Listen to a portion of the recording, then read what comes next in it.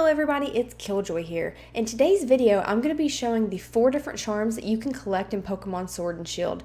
These charms are extremely important for doing things like catching eggs, catching Pokemon, shiny hunting, catching marked Pokemon, you name it, you're going to want to get one of these 4 charms. So let's go ahead and dive in and I'm going to show you exactly how to get them.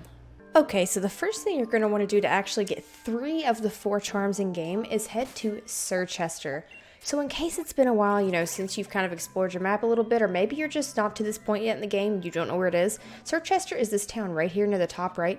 It's the icy place that's surrounded by all the mountains, kind of near the top of the map, but not quite. So just right here near Route 9. Once you get to Sir Chester, you're going to head down the street here to the right, and you're going to be looking for the Sir Chester Hotel. So that is the building right here. Next up, we're going to go to the elevator on the left and head upstairs. Alright, so first things first, we're going to stop in this first room right here. So once we get inside, we're actually going to see this police officer with all the Pokeballs near him.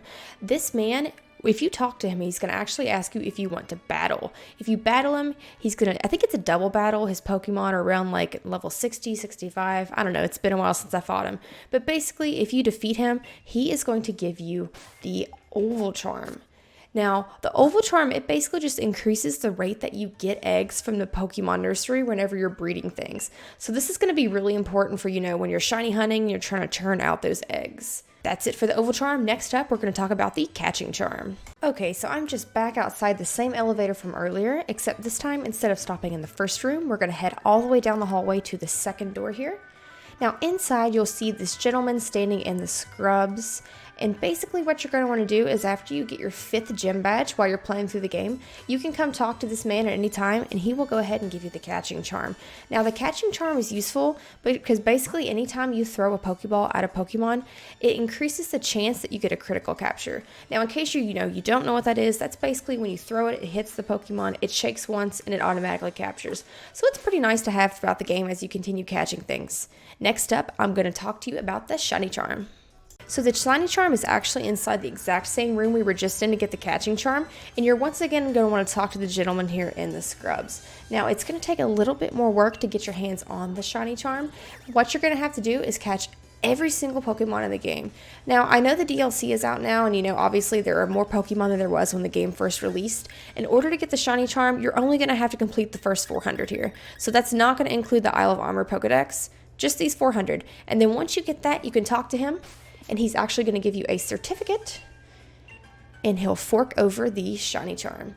So there's the certificate there. Now, the Shiny Charm is going to be really important if you're going to shiny hunt at any point in the game, really, just because it's going to drastically increase your odds of getting a shiny. So in case you're a little bit rusty on what the odds are for finding shinies in the game, the base odds are 1 in 4,096, which really isn't too great, right? So once you get your hands on this Shiny Charm, it's actually going to give you 2 more rolls anytime you encounter a Pokemon. So that's basically 2 extra chances for the Pokemon to be shiny, and it's going to increase your odds up to 1 in 1,365, which doesn't seem like a lot, but it definitely does help. You can actually increase these odds even more by using the Masuda method. So that just involves using a Pokemon in the daycare while breeding for an egg that has a different language than whatever language it is you picked in the game. So for example, if you picked English, that means you're going to want something like a Japanese Ditto, right? And that's going to bring your odds up to 1 in 683. With the Shiny Charm, this actually gives you even more additional rolls. So for a grand total of 7 extra rolls, or 1 in 512. So yeah, you definitely would increase those odds. Alright, last but not least, we are going to talk about how to get the Marked Charm. So whenever you have the Sword and Shield DLC, it's going to give you access to the Isle of Armor.